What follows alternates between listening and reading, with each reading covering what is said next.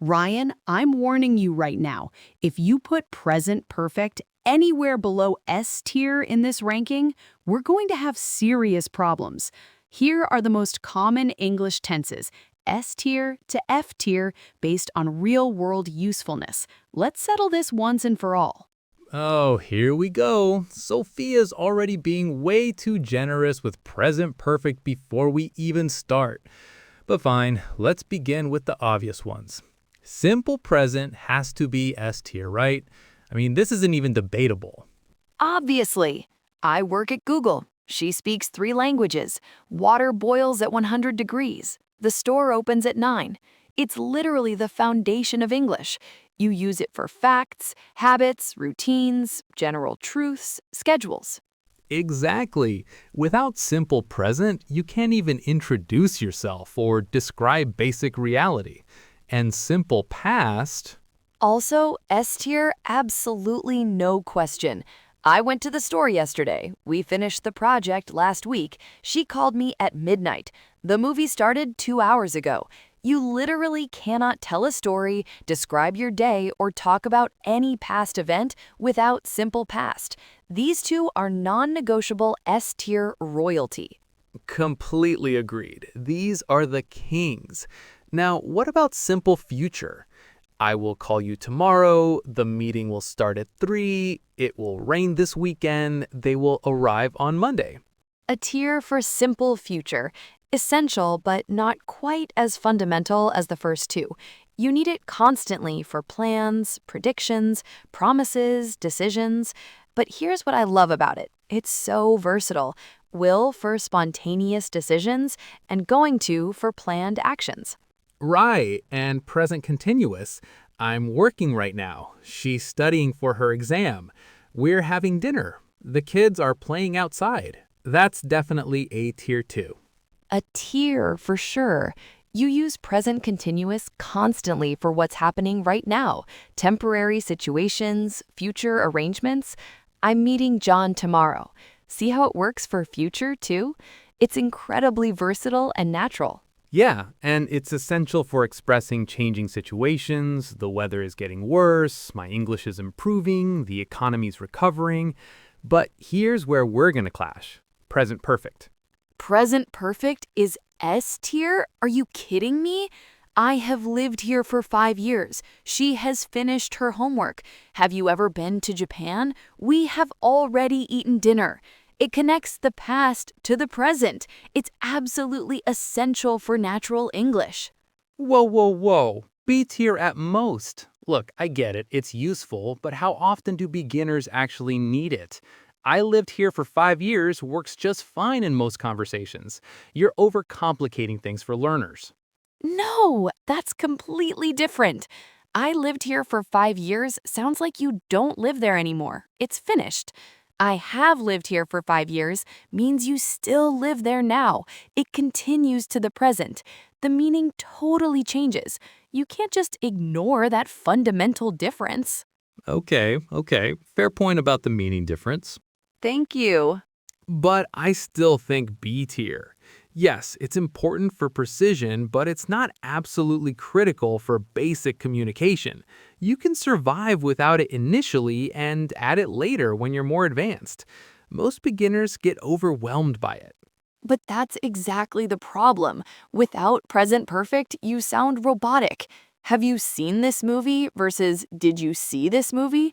They're different questions. One asks about your general life experience. The other asks about a specific time. It's the difference between natural and textbook English. Fine, I admit it's more nuanced than I initially thought, but I'm still putting it in B tier. It's sophisticated, but not essential for survival. What about past continuous? I was working when you called, they were sleeping when the alarm went off. Fine, we'll agree to disagree on present perfect, but I'm putting it in S tier on my final list. Past continuous, though, C tier. I was working when you called. It was raining all day yesterday. We were watching TV at 8 o'clock. It's useful for setting scenes and describing interrupted actions. C tier sounds right. You can usually work around it. You called while I worked gets the point across, even if it sounds less polished. It's good for storytelling, though. The sun was shining, birds were singing, everything was perfect until... Exactly. It makes your English more sophisticated and natural, but it's not essential for survival. Now, past perfect. I had already eaten when she arrived. They had left before we got there. The movie had started by the time we arrived. That's also C tier for me. Yeah, C tier. Past perfect is great for showing clear sequence, what happened first in the past. But honestly, I ate before she arrived works fine, and everyone understands. It's more about precision and elegance than absolute necessity. Right. It's like the difference between a basic sketch and a detailed painting. Both tell the story, but one is more precise. Now here's where it gets brutal. Present perfect continuous. I have been working all day. She has been studying since morning. We have been waiting for 2 hours. This is getting into D tier territory. Oh, D tier for sure. It's so specific. It shows duration from past to present with emphasis on the ongoing nature, and often implies you're tired or frustrated. But come on, I worked all day gets the same basic message across in most situations. Exactly. It's useful when you want to emphasize the continuous nature and maybe show exhaustion. I've been cleaning all morning sounds more tired than I cleaned all morning, but it's definitely not essential for most conversations. Right, and don't even get me started on future perfect. I will have finished the report by tomorrow. They will have arrived by 6 p.m. By next year, I will have graduated. When do people actually use this in casual conversation? Never. F tier, straight to the grammar graveyard. It's useful in formal writing maybe, or when making very specific predictions about completion, but in real conversation, people just say, I'll finish the report by tomorrow. Much simpler, much more natural. Why complicate life unnecessarily? Absolutely. And the absolute worst offender? Past perfect continuous. I had been working for 3 hours when she called. They had been traveling all night before they arrived. This is so unnecessarily complicated, it makes my head spin. Bottom of F tier, rock bottom. It's like someone took past perfect and present perfect continuous, threw them in a blender with unnecessary complexity, and created this monster that nobody asked for. Just say, I worked for 3 hours before she called. Done. Problem solved. Exactly. It's grammatically correct, sure, but it's academic overkill. Like using a helicopter to go to the grocery store down the street. Technically possible, completely unnecessary. Perfect analogy. Okay, let me recap our tier list. S tier, the absolute kings that you cannot live without. Simple present and simple past. These are your bread and butter, your daily survival tools. You literally cannot speak English without these two. A tier, simple future, and present continuous for essential daily communication. These handle your plans, ongoing actions, and immediate future. And this is where we have our epic disagreement. I'm putting present perfect in B tier. Important, but not critical for basic survival. And I strongly disagree. Present perfect belongs in S tier with the legends. But continuing, C tier, past continuous and past perfect. These add sophistication and precision to your English, but aren't essential for basic communication. They're the difference between functional and fluent. D tier, present perfect continuous.